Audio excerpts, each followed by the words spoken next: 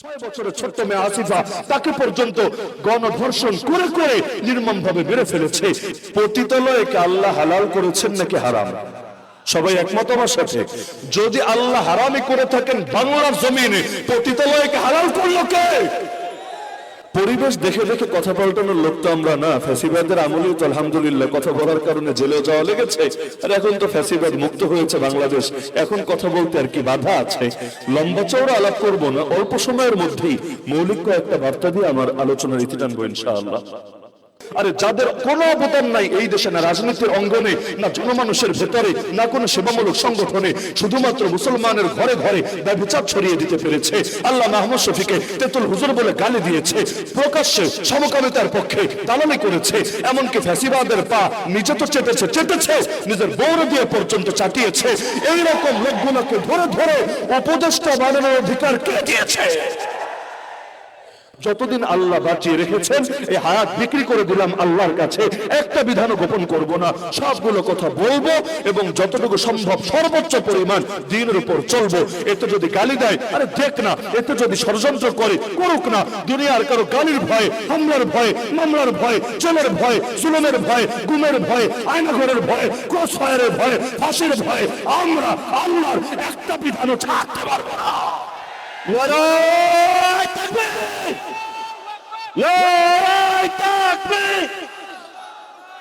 سبيلنا سبيلنا سبيلنا سبيلنا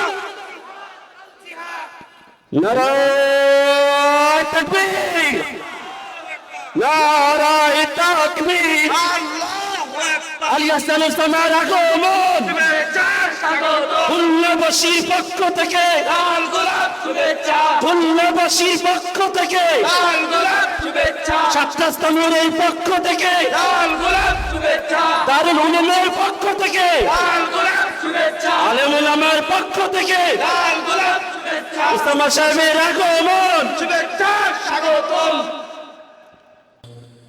الحمد لله وحده وكفى وسلام على عباده الذين اصطفى أما بعد فأعوذ بالله من الشيطان الرجيم بسم الله الرحمن الرحيم وقل جاء الحق وزهق الباطل إن الباطل كان زهوقا وقال النبي صلى الله تعالى عليه وسلم تركتكم على محجة بيضاء ليلها كنهارها لا يزيغ عنها بعدي إلا هالك وقال أصحاب محمد رضي الله عنهم نحن الذين بايعوا محمدا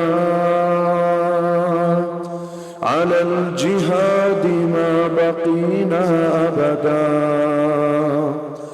آمنت بالله صدق الله العلي العظيم وبلغنا رسوله النبي الكريم ونحن على ذلك لمن الشاهدين والشاكرين والحمد لله رب العالمين ইসলামপুর জামে মসজিদ 7 রাস্তা মোড় খুলনার উদ্যোগে আয়োজিত আজকের এই বার্ষিক ওয়াজ ও মাহফিলের সম্মানিত সভাপতি ও আয়োজকবৃন্দ, উপস্থিত আমার শ্রোতা ওয়াজিবুল ইহতিরাম হযরত উলামায়ে কেরাম, এলাকার গণ্যমান্য মুরব্বীগণ, স্থানীয় এবং দূরদূরান্ত থেকে আগত দিন দরদি কোরআন প্রেমী তাওহীদ জনতা এবং পর্দার আড়ালে থাকা মা ও বোনেরা, খুলনা শহরে এটাই প্রথম আসা, তাও আসার অবশ্য কথা না। খলিফা শাইখুল ইসলাম আল্লামা শাহ আহমদ শফি রহমাতুল্লাহ আলাইহি, হযরতুল আল্লামা হযরত মাওলানা মুফতি সাখাওয়াত সাহেব দামাত বারাকাতুহুল আলিয়া হযরত একরকম জোর করেই অন্য জায়গার মাহফিলকে এদিক সেদিক করে তারপর জোর করে আদায় করেছেন যে খুলনা একবার হলে আসতেই হবে, যে কোনো মূল্যে আসেন। কিন্তু আসার পরে আজকে যে দৃশ্য দেখলাম, নিজের চোখের পানি ধরে রাখতে পারিনি। যেই মানুষটা দাওয়াত দিলেন, যাকে দেখার জন্য এবং যার মন রক্ষার জন্য আসা, এই পরিমাণ অসুস্থতা আক্রান্ত হয়ে আছেন। আর যখন শিল্পকলা একাডেমিতে দেখলাম মাইক হাতে নিলেন, হাত কাঁপছে, কথা বলতে গেলে মুখ জড়িয়ে যাচ্ছে। এমনি তো মুরব্বী হারিয়ে ফেলছি আমরা। গত এক যুগের মধ্যে বাংলাদেশ বলতে গেলে অনেকটাই নেতৃত্ব শূন্য হয়ে যাচ্ছে। একের পর এক শুধু শূন্যতা বাড়ছে আর বাড়ছে। এখনো পর্যন্ত যে কয়েকজন ওলামায়ে কেরাম আছেন, রব্বুল আলামিনের কাছে দিল খুলে, মন খুলে, প্রাণ খুলে এটাই দোয়া করি, আল্লাহ তাআলা আর এতিম না বানান আমাদেরকে। দীর্ঘকাল পর্যন্ত এই মানুষগুলোকে আল্লাহ নেক হায়াত দান করুন, যাতে করে এই জাতি আবারও নিজেদেরকে গুছিয়ে দাঁড়াতে পারে, কোমর মজবুত করে বাতিলের মোকাবেলা করতে পারে। কারণ ইসলাম বিরোধী অপশক্তি বড় শক্তি নিয়ে এবং ঐক্যবদ্ধ হয়ে ময়দানে নেমেছে ইসলাম আর মুসলিম উম্মাকে নিশ্চিহ্ন করবে বলে। এখন যদি মুরব্বীরা থাকে, তাদের অধীনে ঐক্যবদ্ধ হওয়া গোটা জাতির জন্য সহজ হয়। আর আমরা যদি ঐক্যবদ্ধ হয়ে যেতে পারি, এই দেশের অধিকাংশ তো আমরাই। নাস্তিক কয়টা? এই দেশে সেকুলার কয়টা? এই দেশে বামরাম কয়টা? এই দেশের অধিকাংশ মানুষ তো ধর্মপ্রাণ। যদি ধর্মপ্রাণ মানুষগুলোকে ঐক্যবদ্ধ করে কোমর সোজা করে একবার দাঁড়ানো যায়, ইনশাআল্লাহ সুম্মা ইনশাআল্লাহ আগামীর বাংলাদেশ ইসলামের বাংলাদেশ হবেই হবে। আগামীর বাংলাদেশ কোরআনের বাংলাদেশ হবেই হবে। দুনিয়ার বাতিল আমাদের দুর্বলতাগুলোকে কাজে লাগায়। যেখানে যেখানে দুর্বলতা, এগুলোকে খুঁজে বের করে করে ওরা ওই সমস্ত জায়গাগুলোতে আক্রমণ চালায়। আমাদের সবচেয়ে বড় দুর্বলতার একটা জায়গা হলো আমাদের অনৈক্য। এই অনৈক্যকে ওরা আরো বেশি উস্কে যায় এবং যেই পরিমাণ লড়াই করা দরকার ছিল বাতিলের বিপক্ষে, ওই লড়াইয়ের শক্তিগুলো নিজেদের ভেতরেই ব্যয় হয়ে যায়। ফলাফল আমরা মারামারি করতে থাকি, ফাঁকে ভিতর দিয়ে ওরাই ওদের ধান্দা হাসিল করে ফেলে। কিন্তু অতীত যা হওয়ার হয়েছে, এবার আমাদেরকে বাতিলের মোকাবেলায় যেতে হবে। তো হযরত উলামায়ে কেরাম মাগরিবের পর থেকে অত্যন্ত গুরুত্বপূর্ণ আলোচনা করেছেন। আল্লাহ তাআলা সকল হযরতের ইলমে, আমলে, হায়াতে, পরিবারে সবকিছুতে বরকত দান করুন। আমাদের সবাইকে তাদের উত্তম পরামর্শ ও দিক নির্দেশনাগুলোকে আমলে পরিণত করার তৌফিক দান করুন। তো প্রথম সাক্ষাতে খুব বেশি ভারী কথা বলাটা মনে হয় মুনাসিব না, কারণ দেখা গেল এক কথাই এত বেশি কষ্ট পেয়ে ফেললেন, পরে আন্দোলনের ডাক দিলেন যে ওসামা সাহেবকে দ্বিতীয়বার আর খুলনায় ঢুকতে দেওয়া যাবে না। তো যাই হোক, তারপরও পরিবেশ দেখে দেখে কথা পাল্টানোর লোক তো আমরা না। ফ্যাসিবাদের আমলেও তো আলহামদুলিল্লাহ কথা বলার কারণে জেলে যাওয়া লেগেছে, আর এখন তো ফ্যাসিবাদ মুক্ত হয়েছে বাংলাদেশ। এখন কথা বলতে আর কি বাধা আছে? লম্বা চওড়া আলাপ করবো না, অল্প সময়ের মধ্যেই মৌলিক কয়েকটা বার্তা দিয়ে আমার আলোচনার ইতি টানবো ইনশাআল্লাহ। এক নম্বর বিষয় হলো আল্লাহর রাসূল সাল্লাল্লাহু আলাইহি ওয়াসাল্লাম 40টা বছর পর্যন্ত এই মক্কায় যে অবস্থান করলেন, তার উপর প্রকাশ্যে হেরা গুহায় ওহী নাযিল হওয়ার আগে এই 40টা বছরে একটা মানুষও তো তাকে গালি দিল না, সমালোচনা করলো না, তার গায়ে হাত তুললো না, তাকে হত্যা করার জন্য কোনো ষড়যন্ত্র করলো না, তার সাথী সঙ্গীদেরকেও তাদেরকেও জুলুমের আওতায় আনলো না। কিন্তু 40টা বছর হওয়ার পর হঠাৎ করে কি এমন হয়ে গেল, আপন পর হয়ে গেল, যারা এতদিন বন্ধু ছিল তারাই দুশমনে পরিণত হলো। এমনকি সে আবু লাহাব, যে আবু লাহাব আল্লাহর রাসূলের জন্মে খুশি হয়ে নিজের বাদিয়ার দাসীটাকে পর্যন্ত আজাদ করে দিয়েছিল, সে আবু লাহাবই কিনা প্রকাশ্যে দাওয়াত দেওয়ার পরে পাহাড়ের চূড়ায় উঠে আল্লাহ রাসূল প্রতিটা গোত্রের নাম নিয়ে নিয়ে যখন আলাদা করে দাওয়াত দিলেন, সে আবু লাহাবই কিনা সবার আগে আঙ্গুল উঁচিয়ে উঁচিয়ে আল্লাহর নবীর শানে বেয়াদবি করলো। তাব্বান লাকা ইয়া মুহাম্মদ আলিহাযা জামাতানা, হে মুহাম্মদ ধিক্কার তোমাকে, তুমি কি আমাদেরকে জমা করেছো ফালতু কথা শোনানোর জন্য? নাউযুবিল্লাহি মিন যালিক। যার জবাবে আল্লাহ রাব্বুল আলামিন 30 নম্বর পরে আস্তে একটা সূরা নাযিল করে দিলেন, তাব্বাত ইয়াদা আবি লাহাবি ওয়া তাব। তো কি এমন হয়ে গেল যার জন্য আপন আপন মানুষগুলো, এই পরম প্রিয় মানুষগুলো পর্যন্ত দুশমনি করতে শুরু করলো? কিছু তো একটা হয়েছিল। তো সেই কিছুটা কি জিনিস? এটা যতদিন বুঝতে না পারবেন, ইসলামের সঙ্গে জাহেলিয়াতের মূল দ্বন্দ্বটা কোথায়, তাওহীদের সঙ্গে শিরকের মূল সংঘর্ষটা কোথায়, যুগে যুগে নবীদের সঙ্গে নেতার নেত্রীদের ঝামেলাটা কোথায়, কিছুতেই বুঝতে পারবেন না। বরং পুরো বিষয় ধোঁয়াশার ভেতরে থাকবে এবং নিজেও ইসলামের ব্যাপারে চরম অজ্ঞতার ভেতরে থাকবেন। পুরো ইতিহাস ঘাটে কোরআন মাজিদে তো সব নবীর নাম পাবেন না, মাত্র 24-25 জন নবীর নাম পাবেন পুরো কোরআন খোঁজাখুঁজি করলে। যাদেরটা পাবেন না, যাদেরটা পেয়েছেন, প্রতিটা নবীর ইতিহাস পড়লে এই বাস্তবতায় সামনে পাবেন।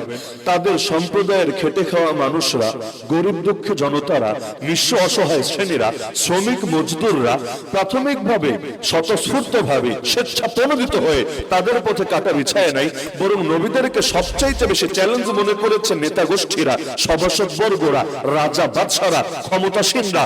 তারাই নবীদের বিরুদ্ধে ময়দানে নেমেছে এবং এই গরিব দুঃখী জনতা যেহেতু ওদের অধীনস্থ হয়ে আছে, এই জনতাকেও নবীদের বিরুদ্ধে কাজে লাগাতে চেয়েছে। তার মানে একটা বার্তা স্পষ্ট, আপনি যদি নবী ইব্রাহিমের জীবনেই পড়েন, নবী মুসার জীবনেই পড়েন, নবী ঈসার জীবনেই পড়েন, নবী মুহাম্মদুর রাসূলুল্লাহ সাল্লাল্লাহু আলাইহি ওয়াসাল্লামের জীবনেই পড়েন, নবী নূহের জীবনেই পড়েন আলাইহিমুস সালাতু ওয়াস সালাম, যার জীবনেই পড়েন এই কমন চিত্রটা দেখতে পাবেন। কোন যুগে সেই বাতিলের নাম হয়তো ফেরাউন, কোন যুগে নাম হয়তো নমরুদ, কোন যুগে নাম হয়তো আবু জাহাল, আবু লাহাব, উতবা, শাইবা। কিন্তু কি ঝামেলা এই নেতাদের, এমনকি একটা শব্দ কোরআনের পাতায় পাতায় বারবার পাবেন, আল মালা ওয়া ক্বালা আল মালাউ মিন কওমি ফিরাউন, মিম লাম হামজা, মালাউন। মালাউন মানে কি? সভাসদ বর্গ, রাষ্ট্রের বাদশার আশপাশে যারা থাকে, তার মন্ত্রী পরিষদের সদস্যরা, তার আমলারা, তার প্রশাসনিক কর্মকর্তারা। এই মালাউন শব্দটা বারবার পাবেন, প্রশংসার জায়গায় না, নিন্দার জায়গায়। এই মালাউন শ্রেণী ফিরাউনকে খেপিয়ে তোলে, কি জন্য? যাতে নবী মুসাকে হত্যা করে ফেলে, তার জন্য যাতে তার দেশের সব কিছুকে সে বন্ধ করে। এই যে যুগে যুগে এই জালেমরা নবীদেরকে চ্যালেঞ্জ মনে করে, কিসের জন্য? তার মানে এই দুনিয়ার বাতিলরা নবীদেরকে মূলত তাদের ক্ষমতার জন্য প্রতিদ্বন্দ্বী মনে করে। কারণ ক্ষমতার জন্য যদি প্রতিদ্বন্দ্বী মনে নাই করতো, তাহলে সবার আগে গরিব দুঃখী জনতাই তো নবীদের বিরোধিতা করা দরকার ছিল। কিন্তু দেখা যায় গরিবরা সবার আগে কালেমা পড়ে মুসলমান হয়ে যায়। এই বেলাল রাদিয়াল্লাহু আনহু, কি পরিচয় তার! এই যে আম্মার, ইয়াসির, খুবাইব, খাব্বাব রাদিয়াল্লাহু আনহুম আজমাইন, প্রথম যুগের মুসলমানদের ইতিহাস পড়লে এর মধ্যে কয়জন পাবেন একেবারে হাই প্রোফাইল ব্যক্তিত্ব? আর কিছু কিছু অবশ্যই ছিলেন। আবু বকর রাদিয়াল্লাহু আনহু আছেন, ওসমান রাদিয়াল্লাহু আনহু আছেন, ওমর রাদিয়াল্লাহু আনহু আছেন। কিন্তু বড় একটা অংশই তো এমন যারা আসলে সমাজ খুব নিম্ন শ্রেণী, বাহ্যিক মানুষের চোখে। এমনকি নবী নূহ আলাইহিস সালামের জীবনে পড়লে দেখবেন তার সম্প্রদায় এসে আপত্তি করেছে এখানে যে তোমার উপর কিভাবে ঈমান আনবো। দেখো, ওয়াত্তাবাআকাল আরযালুন, তোমার অনুসারী হয়ে আছে সমাজের বিক্লাসরা, সমাজের নিম্ন শ্রেণীরা। আমরা রাজা বাদশা হয়ে, আমরা এলিট হয়ে, আমরা সুশীল হয়ে, প্রগতিশীল হয়ে কিভাবে তোমাদের দলে ভিড়তে পারি, যখন তোমাদের দলে এই রকম গরিব দুঃখী জনতারা থাকে? তাহলে কি এমন কারণ আছে যেই কারণের জন্য তারা চ্যালেঞ্জ মনে করে নবীদেরকে? ওই কারণের নামই হলো লা ইলাহা ইল্লাল্লাহ। দলিল, আল্লাহ রাসূল সাল্লাল্লাহু আলাইহি ওয়াসাল্লাম যখন দাওয়াত দিতে শুরু করলেন, একদিন আবু জাহাল এই গং এসে ধরল আবু তালেবকে, তোমার ভাতিজাকে থামাও। আল্লাহ রাসূলকে ডাকালেন, আবু তালেব দেখো তো তোমার এলাকার ময়মুরব্বিরা তোমার উপর ক্ষিপ্ত, তারা তোমাকে থেমে যেতে বলছে, কি করলে তুমি থামবা? আল্লাহ রাসূল বললেন, চাচা তাদেরকে বলে দেন, তারা যদি একটা মাত্র বাক্য মেনে নেয়, তাদের সাথে আমার আর কোনো দ্বন্দ্ব থাকবে না, আমাকে নিয়ে তাদের আর কোনো টেনশন করা লাগবে না। জাস্ট একটা বাক্য তারা মেনে নেয়, আর কোন ধরনের কোন সমস্যা এলাকার ভেতরে থাকবে না। আবু জাহাল মহা খুশি, বলে উঠল, নাম ওয়া আবিকা আশরা, মুহাম্মদ তোমার বাপের কসম খেয়ে বললাম, বাক্য একটা না, বাক্য 10টা বলবো, একবার না, প্রয়োজনে 10 বার বলবো। লেকিন এক বাক্যের জন্য এত ঝামেলা করার কোনো দরকার আছে? কি বলা লাগবে জলদি বলে ফেলো। আল্লাহ নবী বললেন, তাহলে বলেন লা ইলাহা ইল্লাল্লাহ মুহাম্মাদুর রাসূলুল্লাহ। আবু জাহাল বলে উঠল, এটা তো সম্ভব না। আজালাল আলিহাতা ইলাহা ওয়াহিদা ইন্না হাযা লাশাইউন উজাব। 23 নম্বর পরে সূরা সাদে আল্লাহ তাদের কথা উল্লেখ করে দিয়েছেন। তারা বলল, এত মাবুদকে মাত্র এক মাবুদে পরিণত করেছে, এত মাবুদ মিলেই পারে না আমাদের অভাব দূর করতে, আমাদের সমস্যা সমাধান করতে, মাত্র এক মাবুদ কি করবে? ইন্না হাযা লাশাইউন উজাব। এটা তো বড়ই আশ্চর্যজনক ব্যাপার, বড়ই বিস্ময়কর কথা। অথচ বিস্ময়কর ব্যাপার ছিল শিরিক করা, বিস্ময়কর ব্যাপার ছিল আল্লাহর খেয়ে, আল্লাহর পরে তার অস্তিত্বকে নাকচ করা, অথবা তার সঙ্গে বহু দেব দেবীকে উপাসক এবং এগুলোকে অংশীদার বানিয়ে ফেলা। তো যেটাতে বিস্ময় করা দরকার ছিল সেটাতে না করে তাওহীদের দাওয়াতকে বিস্ময়ের দাওয়াত মনে করে ফেললো। তাহলে কি আছে লা ইলাহা ইল্লাল্লাহর মধ্যে? লা ইলাহা ইল্লাল্লাহ তো আমিও বলি, লা ইলাহা ইল্লাল্লাহ তো আপনিও বলেন। হ্যাঁ বলি, কিন্তু বাংলাদেশের মতো সংখ্যাগরিষ্ঠ যে মুসলিম দেশগুলো আছে, যেগুলোতে মুসলমান তো সংখ্যাগরিষ্ঠ বটে, কিন্তু দীর্ঘ দীর্ঘকাল ধরে ইসলামের শাসন না থাকতে সেকুলারিজম, ধর্মনিরপেক্ষতাবাদ রন্ধে রন্ধে ঢুকে গেছে। এরা লা ইলাহা ইল্লাল্লাহর অর্থটাকে অস্পষ্ট করে ছেড়েছে। এরা বোঝাতে চায় লা ইলাহা ইল্লাল্লাহ মানে খালি আল্লাহর জন্য নামাজ পড়বা, লা ইলাহা ইল্লাল্লাহ মানে খালি আল্লাহর জন্য রোজা রাখবা, লা ইলাহা ইল্লাল্লাহ মানে খালি আল্লাহর জন্য হজ করবা, লা ইলাহা ইল্লাল্লাহ মানে খালি আল্লাহর জন্য যাকাত দিবা, লা ইলাহা ইল্লাল্লাহ মানে শুধু আল্লাহর নামে কুরবানি করবা, লা ইলাহা ইল্লাল্লাহ মানে খালি আল্লাহর নামে মানত করবা, আল্লাহর নামে কসম করবা, লা ইলাহা ইল্লাল্লাহ মানে তোমার ব্যক্তি জীবনের ইবাদত বندگی গুলো শুধুমাত্র আল্লাহর জন্য করবা, আর বাকি কোন জায়গায় আল্লাহকে স্পেস দিবা না। আল্লাহকে রাজনীতিতে স্পেস দেওয়া যাবে না, কারণ আল্লাহকে স্পেস যদি দাও তাহলে ঈশ্বরের অনুসারীরা কি বলবে, ভগবানের অনুসারীরা কি বলবে, দেবদেবের অনুসারীরা কি বলবে। তো যাতে করে ওরা ক্ষিপ্ত না হয় এজন্য ঈশ্বরকে স্পেস দিবা না, ভগবানকে স্পেস দিবা না, দেবদেবীকে স্পেস দিবা না, আল্লাহকে স্পেস দিবা না। আল্লাহকে যদি স্পেস না দেয় রাজনীতি চলবে কি দিয়ে বলে দিবে স্পষ্ট ভাবে।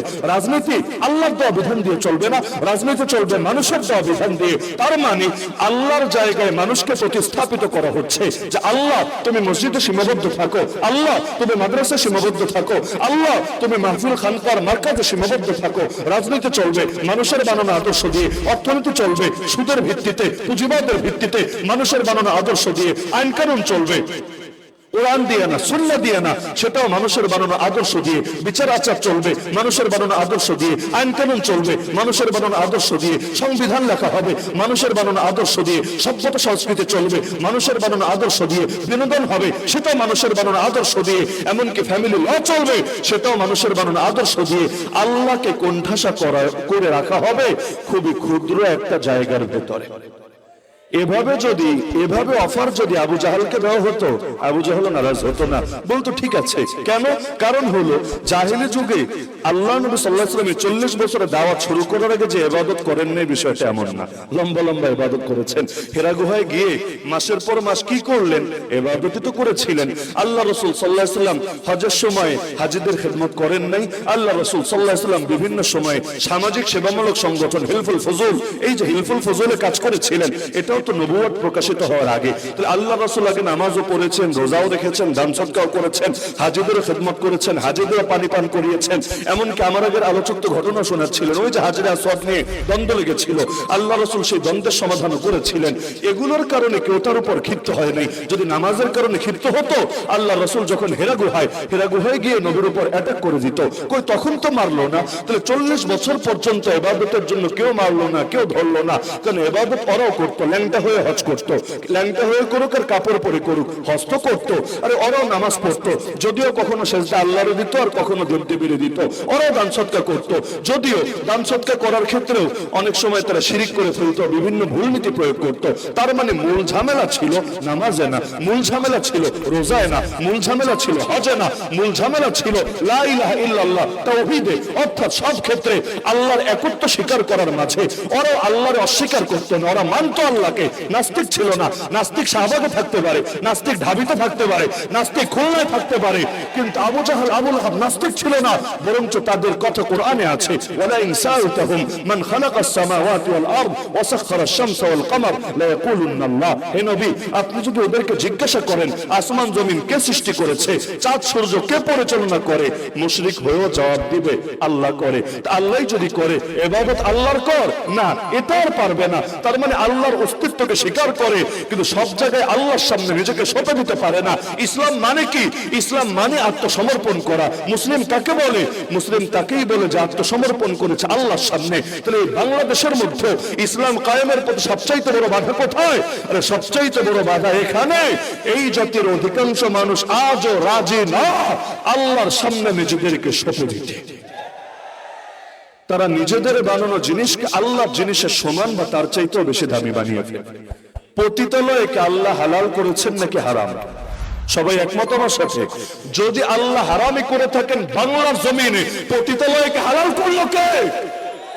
আরে আল্লাহ তাআলা রাস্তায় রাস্তায় ভাস্কর্য আর মূর্তির নামে যেগুলো বানানো হয়েছে, daddy of the nation, papa of the নেশনের বানাক আর জাতটাই বানাক, এই যে মূর্তি দিয়ে পুরো বাংলাদেশকে সয়লাভ করে দিয়েছে। ঘরের মধ্যে যদি ছবি থাকে, ওই ঘরে রহমতের ফেরেশতা আসে না। সেখানে অলিতে গলিতে হাটে ঘাটে মাঠে যদি এভাবে মূর্তির বন্যা বয়ে দেওয়া হয়, পূজার মূর্তি না, বরং তো যেই মূর্তিগুলোর কারণে কেউ পূজা তো করবেই না, উল্টো এগুলোর কারণে শুধু রহমতের ফেরেশতা আসবে না। তা আল্লাহ রাব্বুল আলামিন তো এগুলোকে হালাল করেন নাই, বাংলাদেশ এগুলো হালাল করলো কে? আল্লাহ তো সুদকে হালাল করেন নাই, সুদকে তার বিরুদ্ধে যুদ্ধ বলে ঘোষণা দিয়েছেন। সুদের 70 পাপের সর্বনিম্ন পাপ নবী জানিয়েছেন নিজের আপন মায়ের সাথে জিনা করার সমান। তাহলে আজকে পুরো বাংলাদেশের অর্থনীতির মেরুদণ্ড সুদ হলো কিভাবে? আল্লাহ তো বেহায়াপনাকে, বেলাল্লাপনাকে, অশ্লীলতাকে হালাল করেন নাই, বাংলার জমিন এগুলোকে হালাল করলো কে? নায়ক নায়িকা, গায়ক গায়িকাদেরকে সর্বোচ্চ সম্মান দেওয়ার অধিকার দিল তাকে। এমনকি আলেমকে কখনো রাষ্ট্রীয় পুরস্কার না দিলেও ওদের জন্য সবসময় স্পেশাল মর্যাদা, বিভিন্ন পদক বরাদ্দ রাখার অধিকার দিল তাকে। আরে যারা জিনা ছড়িয়ে দেয় মুসলমানের ঘরে ঘরে, আরে যাদের কোনো অবদান নাই এই দেশে, না রাজনীতির অঙ্গনে, না জনমানুষের ভেতরে, না কোনো সেবামূলক সংগঠনে, শুধুমাত্র মুসলমানের ঘরে ঘরে ব্যভিচার ছড়িয়ে দিতে পেরেছে। আল্লাহ মাহমুদ শফিকে তেতুল হুজুর বলে গালি দিয়েছে, প্রকাশ্যে সমকামিতার পক্ষে দালালি করেছে, এমনকি ফ্যাসিবাদের পা নিজে তো চেটেছে, নিজের বৌরে দিয়ে পর্যন্ত চাটিয়েছে। এইরকম লোকগুলোকে ধরে ধরে উপদেষ্টা বানানোর অধিকার কে দিয়েছে? আল্লাহ দিলেন একটা, বান্দা বানায় নিল আরেকটা, আল্লাহর চাইতে নিজেরটাকে দামি বানায় ফেললো। কোরআনের বিরুদ্ধে কথা বললে জেলে গিয়েছে এমন নজির কয়টা আছে? কিন্তু সংবিধান লঙ্ঘন হয়েছে এই মিছে অজুহাত দিয়ে কত হাজার হাজার আলেমকে, তালিবুল ইলমকে, তাওহীদ জনতাকে বছরের পর বছর কারাগারে ফেলে রাখা হয়েছে। এর হিসাব দিবেটাকে? তাহলে কোরআনের বিরুদ্ধে কথা বললে সমস্যা নাই, কিন্তু আপনি ওদের মানব রচিত সংবিধান, যার মধ্যে বিভিন্ন কুফর ঢোকায় ছাড়বে, যেমন যেই সংবিধানের ভেতরে থাকে সকল ক্ষমতার মালিক জনগণ, যেই সংবিধানের ভেতরে থাকে সার্বভৌমত্বের মালিক আল্লাহ না, সার্বভৌমত্বের মালিক নাকি জনগণ, তাও জনগণ নামে, বাস্তবে ওরা নিজেরা। জনগণের কোন সার্বভৌমত্ব এই দেশে না ৭১-এর পরে ছিল, না আজ ২০২৪ পর্যন্ত আছে। সব সময় ওরা যা মনে চায় তা করেছে আর জনগণের নামে চালিয়েছে। বাস্তবে জনগণের মত নেয় নাই। যে সংবিধান আজও চেপে আছে মাথার উপরে, ৭২-এ সংবিধান লেখার পর কবে জনগণের মত নিয়েছে, ম্যান্ডেট নিয়েছে? কিচ্ছুই নেয় নাই, চালিয়েছে জনগণের নামে, বাটপারি করেছে নিজেরা। কিন্তু যেই সংবিধানের ভেতর থাকে সকল ক্ষমতার মালিক জনগণ, ওই সংবিধান মুসলমানের সংবিধান হয় কিভাবে? যে সংবিধান থেকে বিসমিল্লাহির রহমানির রহিম মাইনাস করা হয়, আল্লাহর উপর পূর্ণ আস্থা বিশ্বাসকে মাইনাস করা হয়, যে সংবিধানে ইসলাম আর কুফরকে সমমর্যাদার বলে উল্লেখ করা হয়, যে সংবিধানের মধ্যে বিভিন্ন কুফরি ধারাগুলোকে অন্তর্ভুক্ত করা হয়, ওই সংবিধান মুসলমানের সংবিধান, মুসলিম সংখ্যাগরিষ্ঠ রাষ্ট্রের সংবিধান হয় কিভাবে? তাহলে দেখা যাচ্ছে লা ইলাহা ইল্লাল্লাহর প্রশ্নই মূল সমস্যা। মূল ঝামেলা ইবাদতে না, মূল ঝামেলা আকীদায়, ঈমান নিয়ে। কেন? কারণ মক্কার বুকে কয়টা আমল ফরজ হয়েছিল ইতিহাস পড়ে দেখেন। রমজানের রোজা ফরজ হয়েছে মদিনায়, হজ ফরজ হয়েছে মদিনায়, যাকাত ফরজ হয়েছে মদিনায়, জিহাদ ফরজ হয়েছে মদিনায়, কুরবানির বিধান এসেছে মদিনায়, পর্দার বিধান এসেছে মদিনায়, মদ নিষিদ্ধ হয়েছে মদিনায়। আর মক্কায় কি হয়েছে? শুধু মেরাজের সময়ে আল্লাহ তাআলা ৫ ওয়াক্ত ফরজ নামাজের বিধান দিয়েছেন, এটাও মোটামুটি মক্কা শেষ দিকে। তাহলে আল্লাহ নবীকে এই যে মক্কায় দাওয়াত শুরু করার পর থেকেই এত মারলো, এত গালি দিল, এত জুলুম করলো, আল্লাহর কসম করে বলি, আরে আমার গাল তো নবীর গালের চাইতে বেশি দামি না? নবীর গালে তো চড় মারা হয়েছিল, আরে আমার গলা তো নবীর গলার চাইতে বেশি দামি না? আল্লাহ নবী নামাজে দাঁড়ালে তার গলায় চাদর পেঁচিয়ে শ্বাসরুদ্ধ করে হত্যা করে ফেলার চেষ্টা করা হয়েছিল। আরে আমার গা তো নবীর গায়ের চাইতে বেশি দামি না? নবীর গায়ে পাথর ছুটতে ছুটতে তার দেহটাকে রক্তাক্ত করে ফেলা হয়েছিল। আরে আমার পেট তো নবীর পেটের চাইতে বেশি দামি না? তাকে ক্ষুধার জ্বালায় পেটে পাথর বাঁধতে হয়েছিল, মাসের পর মাস শুধু পানি আর খেজুর খেয়ে কাটিয়ে দিতে হয়েছিল। আরে আমার সময় তো নবীর সময়ের চাইতে বেশি দামি না? আল্লাহ নবীকে ৩ বছরের বেশি সময় অবরুদ্ধ, যেটা কারারুদ্ধের চাইতে কঠিন অবস্থা, সেভাবে অবরুদ্ধ করে রাখা হয়েছিল। আরে আমার বাপ চাচার দাম আল্লাহ নবীর বাপ চাচার চাইতে বেশি না? আল্লাহ নবীর আপন চাচার বুক চিরে কলিজাটা পর্যন্ত বের করে চিবিয়ে খেয়েছিল। কি অপরাধ ছিল নবীর? কি করেছেন তিনি? আরে তার চাইতে উত্তম কোনোদিন কেউ ছিল না, কোনোদিন কেউ হবে না। আল্লাহর পর সবচাইতে দামি তিনি, আল্লাহর পর সবচাইতে সম্মানী তিনি, আল্লাহর পর সবচাইতে মর্যাদাবান তিনি। এমনকি তিনি আরশের চাইতেও দামি, কুরসির চাইতেও দামি, লৌহ কলমের চাইতেও দামি, তামাম মাখলুকাতের চাইতে দামি। এই যে আল্লাহর রাসূল এত দামি, এত সম্মানী, তাকে সম্মান দিল না কেন? তাকে নিকৃষ্ট নিকৃষ্ট গালি দিল, কখনো বলল পাগল, কখনো জাদুঘর, কখনো কবি, কখনো গণক, কখনো জ্যোতিষী। এমনকি এক পর্যায়ে মক্কা ছাড়তে বাধ্য করলো। মক্কা ছাড়ার পরে কই শান্তি দিল? ৯.৫ বছরে ২৭টা যুদ্ধ করতে হলো। আর 47টা ময়দানে বাহিনী পাঠাতে হলো। কি করেছিলেন তিনি? তিনি শুধু একটা অপরাধী করেছিলেন ওদের নজরে, তিনি বলেছিলেন রব্বুন আল্লাহ, আরে রব হলেন আল্লাহ। তো সুতরাং সব ক্ষেত্রে এই রব্বুন আল্লাহর উপর অটল থাকতে হবে, অবিচল থাকতে হবে। প্রতিটা ক্ষেত্রে আল্লাহ নিরঙ্কুশ আনুগত্য করতে হবে। আল্লাহ যা বলবেন সেটাই চূড়ান্ত। সেটা আবু জাহালের মতের সাথে মিললেও চূড়ান্ত, মতের সাথে না মিললেও চূড়ান্ত। এমনকি একটা ইতিহাস আমি স্মরণ করিয়ে দিই, পড়েছেন হয়তো সবাই, তবে সবাই হয়তো এভাবে চিন্তা করেন নাই। আল্লাহ নবীকে মক্কায় ক্ষমতার অফার দেওয়া হয়েছিল নাকি হয়নি? কিভাবে? নবীকে বলেছে, ভাতিজা তুমি কি চাও বলো, নারী চাইলে আরবের সবচাইতে সুন্দরী নারী এনে দেব, সম্পদ চাইলে সম্পদের পাহাড় বানিয়ে দেব, আর যদি ক্ষমতা চাও তোমাকে নেতা মানতে আমাদের কোনো দ্বিধা নেই, কোনো আপত্তি নেই। তোমার চরিত্র এতটাই মহানুভব, তোমাকে দারুন নাদওয়া নামক পার্লামেন্টের মেম্বার বানিয়ে দিব। মক্কা একনায়কতন্ত্র ছিল না, সেখানে একজনের কথাই, সেই ফেরাউন আর নমরুদের জামানার মতো একজনের কথাই চূড়ান্ত ছিল না। যদি মক্কায় একনায়কতন্ত্র থাকতো, আল্লাহ নবীকে হত্যার রায় দিতে ওদের 13 বছর লাগতো না। 13 বছর কেন লেগেছে? মনে করেন আবু জাহাল বলছে চল মোহাম্মদকে মেরে ফেলি, কিন্তু আবু তালেব বলছে খবরদার, মোহাম্মদকে যদি মারতে আসিস তোরা কিন্তু কেউ আসতে থাকবি না। আবার আরেকজন দাঁড়িয়ে বলছে না, এটা বেশি উগ্রতা হয়ে যায়, মারার সিদ্ধান্ত নিও না, একটা সমঝোতায় আসা যায় কিনা দেখো। যেমন নবীকে সমঝোতার অফার দেওয়া হয়েছিল, ভাতিজা চলে এক কাজ করি, আধা আধি করি, আমরা সাম্প্রদায়িক সম্প্রীতির মক্কা গড়ে তুলি, আমরা অসাম্প্রদায়িক মক্কা গড়ে তুলি। কিভাবে? তুমি 1 বছর আমাদের দেবদেবীর পূজা করো, আমরা 1 বছর তোমার আল্লাহর ইবাদত করি, আবার তুমি 1 বছর পূজা দিবা, আবার আমরা 1 বছর আল্লাহর ইবাদত করব। নবী বললেন ইম্পসিবল, তাহলে 1 মাস 1 মাস। নবী বলেন হবেই না। আচ্ছা 1 সপ্তাহ 1 সপ্তাহ, প্রশ্নই আসে না। 3 দিন 3 দিন, এটাও মানি না। অবশেষে বলেছিল 1 দিন 1 দিন। ওই সময় আল্লাহ আস্তে সূরা নাজিল করে দিলেন, যে সূরা আমার ধারণা খুলনার প্রায় সবার মুখস্থ আছে, কুল ইয়া আইয়ুহাল কাফিরুন, হে নবী বলে দেন এই কাফেররা শোন, লা আ'বুদু মা তা'বুদুন, তোরা যা কিছুর পূজা করিস আমি মুহাম্মদ জিন্দেগিতে ওগুলো পূজা করব না। বলতে বলতে এই সূরার শেষে গিয়ে বলা হয়েছে সেই আয়াত, যেই আয়াত পলাতক নেত্রী নিয়মিত বলতো সংসদে দাঁড়িয়ে, তারপরে পছন্দের আয়াত, বড় মজার আয়াত। আল্লাহ জানালেন লাকুম দীনুকুম ওয়ালিয়া দীন, তোমাদের জন্য তোমাদের ধর্ম, আমার জন্য আমার ধর্ম। মানে কি?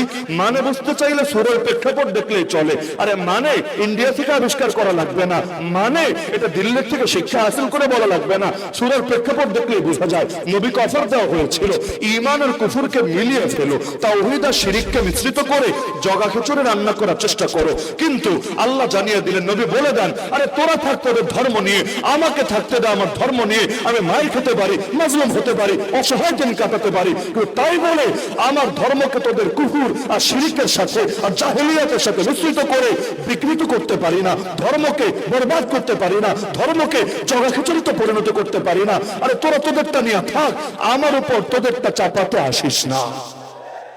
তাহলে যেই আয়াত ছিল ঈমান রক্ষার আয়াত, ওই আয়াতকে বানিয়ে দেওয়া হয়েছে ধর্ম নিরপেক্ষতাবাদের আয়াত।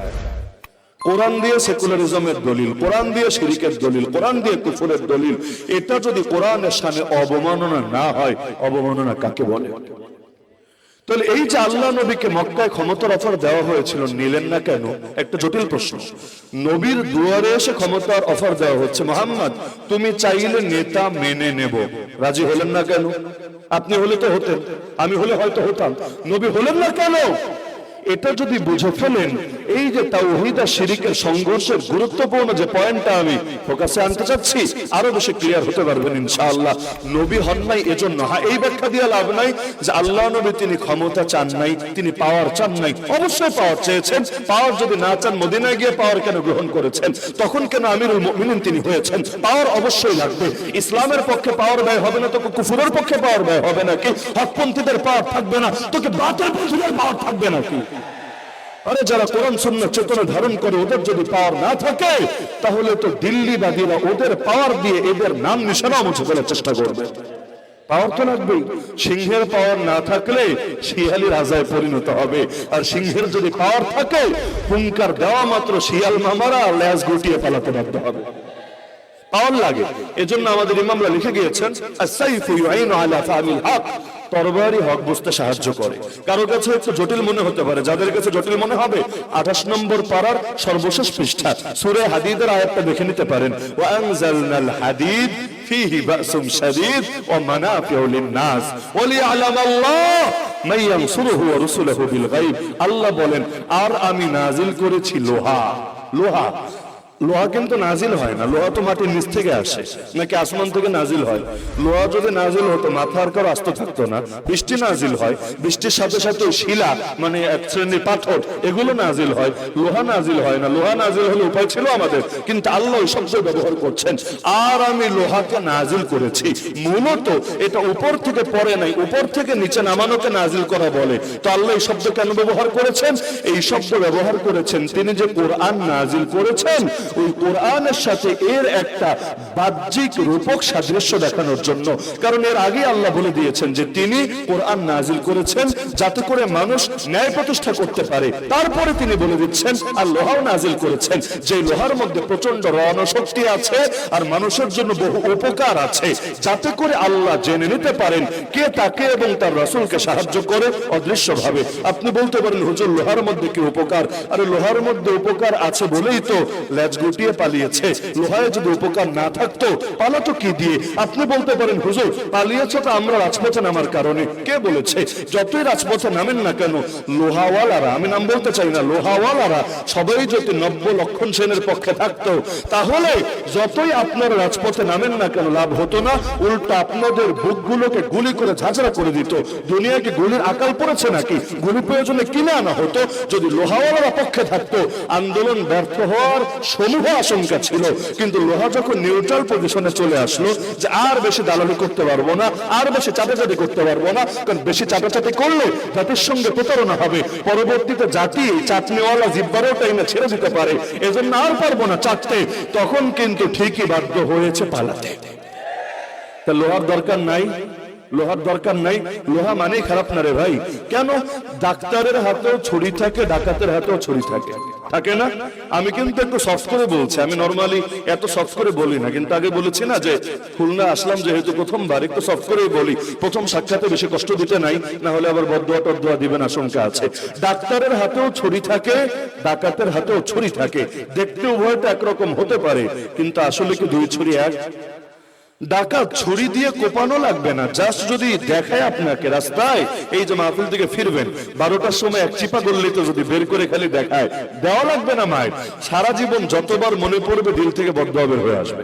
আর ডাক্তার খালি দেখানো লাগবে না, ছুরি দিয়ে যদি কেটেও ফেলে, যেমন অনেক নারী পেট কেটে বাচ্চা বের করে আনে, অনেকের অঙ্গে পচন ধরে, কেটে এটাকে আলাদা করে ফেলে শরীর থেকে, এতে কিন্তু কেউ বদদোয়া তো দেয়ই না, উল্টা আসার সময় ইয়া মোটা এক বান্ডিল দিয়ে আসে, বান্ডিল তো দেয়, আবার একটা থ্যাংক ইউ দিয়ে আসে, স্যার আপনার থ্যাংক ইউ, আপনি খুব ভালো কাটাকাটি করতে পারেন, কাটাকাটিতে ভীষণ এক্সপার্ট, আগামীতেও যদি আমার ফ্যামিলির কারো কাটাকাটি লাগে নিয়ে আসবো আপনার কাছে, সুন্দর মতো কাইটা দিয়েন। তো এই যে দেখা গেল তাকে হাদিয়াও দিল, তারে থ্যাংক ইউ দিল, পরবর্তীতে আবার যাবে এই আশ্বাসও দিল। কেন?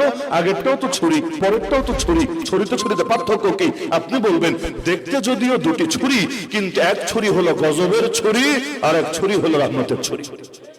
ইসরায়েলের হানাদারের হাতে অস্ত্র, আর হামাসের মহান মুজাহিদিন ইয়াহিয়া সিনওয়ার আর খালেদ মুশালেদ, এই যে সৈনিকরা যারা আছে তাদের হাতে অস্ত্র। দেখতে দুটোই অস্ত্র মনে হতে পারে, কিন্তু দুই অস্ত্র এক অস্ত্র না। ইসরায়েলিদের হাতের অস্ত্র, জায়নিস্টদের হাতের অস্ত্র, জঙ্গিবাদের অস্ত্র, টেররিজমের অস্ত্র, সন্ত্রাসের অস্ত্র, গজবের অস্ত্র। আর এই ফিলিস্তিনের মহান মধ্য মুজাহিদদের হাতের অস্ত্র, রহমতের অস্ত্র, জিহাদের অস্ত্র, দিন কায়েমের অস্ত্র। আবু জাহলের হাতে তরবারি, মুহাম্মদ রাসূলুল্লাহ সাল্লাল্লাহু আলাইহি ওয়াসাল্লামের হাতে তরবারি। দেখতে দুটোই তরবারি, তো দুই তরবারি এক না। তরবারিতে পার্থক্য আছে, কাঁটা দিয়ে কাঁটা তোলা লাগে, এটাই সিস্টেম। সে তরবারি দিয়ে আসবে আপনার কল্লা ফেলে দিতে। আপনি কি বসে বসে তাসবিহ টিপলেই খালি হবে নাকি? বরং এক হাতে তাসবিহ রাখলে আর এক হাতে ওর তরবারির আঘাতকে প্রতিহত করার জন্য আরেক তরবারিও তো রাখা লাগবে। সাইফুম মিন সুয়ুফিল্লাহ। খালিদ বিন ওয়ালিদকে তো নবী নামে দিলেন আল্লাহর তরবারি, আল্লাহর তরবারি। তো তরবারি যদি খারাপই হয় তার নামে আল্লাহর তরবারি দেয় কিভাবে? এই যে তরবারি নিয়ে আসলে আঘাত করতে আল্লাহ নবী সাল্লাল্লাহু আলাইহি ওয়াসাল্লাম আঘাতকে প্রতিরোধ করলেন এবং উদ্ধত শিরকে জমিনের সাথে মিশিয়ে দিলেন। ফলাফল আল্লাহর জমিনে ইসলামের পথে যারা কাটা বিছাতো এদের অন্তরগুলো, এদের মনোবলগুলো ভেঙে গেল এবং আল্লাহর জমিনে ধীরে ধীরে আল্লাহর দ্বীন ছড়িয়ে গেল। মক্কায় 13 বছর দাওয়াত দিলেন, 1000টা লোক কালেমা পড়লো না। আর যেদিন মক্কা বিজয় করলেন, বিজয়ী বেশে প্রবেশ করলেন, সবাই এবার সামনে বসা হাঁটু গেড়ে আল্লাহ নবী জিজ্ঞাসা করলেন, কেমন আচরণ আশা করো আমার থেকে? এবার পাম মারতে শুরু করলো। আখুন কারীম, অবনু আখিন কারীম, কত ভালো ভাই আপনি, আর কত একজন ভালো ভাইয়ের পুত্র, মানে আপনার মতো ভালো, আপনার মতো মহানুভব, আপনার মতো মর্যাদাবান, আপনার মতো কিউট ব্রাদার হয় নাকি আমাদের? আরে আপনি আমাদের উপর বেশি উগ্রতা দেখায়েন না, একটু দয়া করেন, একটু মায়া করেন। আপনিও ভালো, আপনার আব্বাও ভালো। এত ভালো এতকাল ছিল কোথায়? এতকাল মায়েদের সময় মনে থাকে নাই, জুলুমের সময় মনে থাকে নাই? আরে বৃদ্ধা নারী সাহাবী সুমাইয়াকে যখন শহীদ করেছে আবু জাহাল নিজের হাতে লজ্জাস্থানে, তার লজ্জাস্থানে বর্ষা দিয়ে এমন জোরে আঘাত করেছে, জায়গায় তরপাতে সুমাইয়া রাদিয়াল্লাহু আনহা ইন্তেকাল করেছেন, শাহাদাত বরণ করেছেন। তখন মনে পড়ে নাই আল্লাহ নবী ভালো, আল্লাহ নবীর পিতা ভালো না, তখন মনে পড়ে নাই। কিন্তু এখন জানে উল্টা পাল্টা যদি কিছু বলে মক্কার অলি গলি ওদের রক্তের বন্যা প্রবাহিত হবে। এবার পাম মারতে শুরু করলো। নবী বললেন, ঠিক আছে যাও, আমি তোমাদেরকে সে কথাই বলবো যে কথা নবী ইউসুফ তার ভাইদেরকে বলেছিল। কি কথা? লা তাসরিবা আলাইকুমুল ইয়াউম আনতুমুত তুলাকা, তোমাদের উপর কোনো অভিযোগ নাই, তোমরা সবাই মুক্ত, সবাই স্বাধীন। এই ক্ষমতা কিন্তু 8 বছর আগেও করতে পারতেন। মক্কা থেকে যখন বের হয়ে যাচ্ছেন ওই সময় ক্ষমার ঘোষণা দিয়ে যেতে পারতেন। তখন দিলে কাজ হতো না, তখন বলতো আরে পারে না, দুর্বল, অসহায়, ও আবার ক্ষমা করে। তখন ক্ষমাকে উদারতা হিসাবে দেখতো না, মহানুভবতা হিসাবে দেখতো না, ক্ষমাকে দেখতো দুর্বলতা হিসাবে। যেমন আমরা আগে যখন ক্ষমার কথা বলেছি এগুলো ওদের কাছে দামি মনে হয় নাই, এখন যদি ক্ষমার কথা বলি এটাকে দামি মনে হবে। পার্থক্য কোথায়? পার্থক্য বিজয়ী অবস্থা আর পরাজিত অবস্থার মাঝে। যখন মানুষ বিজয়ী হয় তখন ক্ষমা করলে দাওয়াতের ব্যাপক উপকার হয়, আর যখন পরাজিত অবস্থায় থাকে, ওয়াজকুরু ইয আনতুম কালিলুম মুস্তাদাফুনা ফিল আরদ, যখন সংখ্যায় অল্প থাকে, পৃথিবীতে দুর্বল থাকে, ওই সময় ক্ষমা করলে লোকে উল্টা টিটকারি মারে। এই যে নবীজি ক্ষমা করলেন, ফলাফল এমন ঘর বাকি থাকলো না যেই ঘরে লোকে কালেমা পড়ে মুসলমান হলো না। তাহলে 13 বছরের দাওয়াতের ফল দেখেন। আর এবার তরবারির দাওয়াত যখন আসলো, যদি মারেন নাই, রক্তপাত করেন নাই, নবী গোটা 27টা যুদ্ধে কয়জনকে মেরেছেন হিসাব বের করেন। আরে এক বিশ্বযুদ্ধে যেই পরিমাণ মানুষের খুন ঝরেছে, রক্ত ঝরেছে, গোটা ইসলামের ইতিহাস যদি পড়েন এর 10 ভাগের 1 ভাগ রক্ত ঝরেছে, সব মিলে মুসলমান কাফের সবার রক্ত মিলে এই প্রমাণ জিন্দেগিতে দেখাতে পারবেন না। আল্লাহ নবী এই গোটা 9.5 বছর এতগুলো যুদ্ধ নিজে করে সাহাবীদেরকে করিয়ে যেই পরিমাণ মানুষের রক্ত ঝরেছে জমিনে, এর চাইতে কয়েক গুণ বেশি মানুষের রক্ত ঝরেছে বিগত 16 বছরে। কিন্তু ওইটার দিকে নজর ঠিকই যায়, এইটার দিকে নজর যায় না কেন? এটার উপরে সুন্দর সুন্দর লেভেল আছে। কখনো লেভেল হলো উন্নয়ন উন্নয়ন উন্নয়ন, কখনো লেভেল হলো মানবাধিকার মানবাধিকার মানবাধিকার, কখনো লেভেল হলো ওয়ার এগেইনস্ট টেরর। আরে টেররের বিরুদ্ধে, সন্ত্রাসের বিরুদ্ধে যুদ্ধ এক লেভেল যদি লাগিয়ে দেওয়া হয়, ইরাকের লক্ষাধিক শিশুর রক্ত হালাল হয়ে যায়।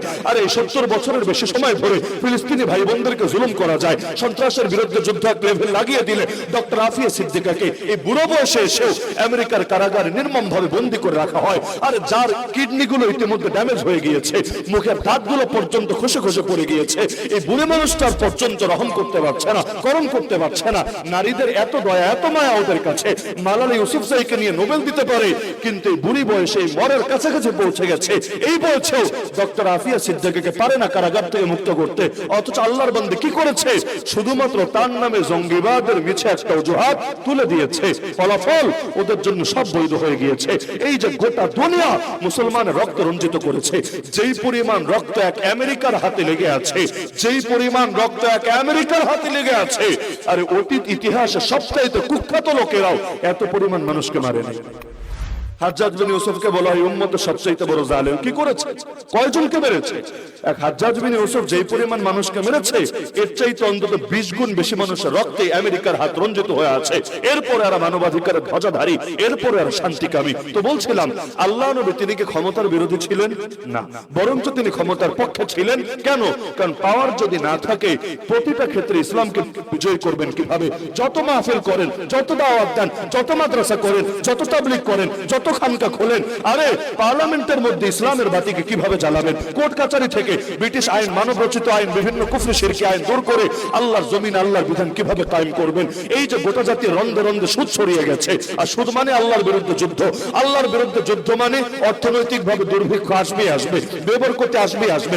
জাতিকে কিভাবে বাঁচাবেন? সুদ মানে বৈষম্য বাড়বে, সুদ মানে জুলুম হবে, সুদ মানে আরে 95% মানুষ গরিব থেকে আরো গরিব হবে, বাকি 5% মানুষ ওরা কোটিপতি থেকে আরো কোটিপতি, আরো কোটিপতি, আরো কোটিপতি হতেই থাকবে। কেউ টাকা রাখার জায়গা খুঁজে পাবে না, আর কেউ নুন আনতে গেলে পান্তা ফুরাবে। তো কিভাবে দূর করবেন?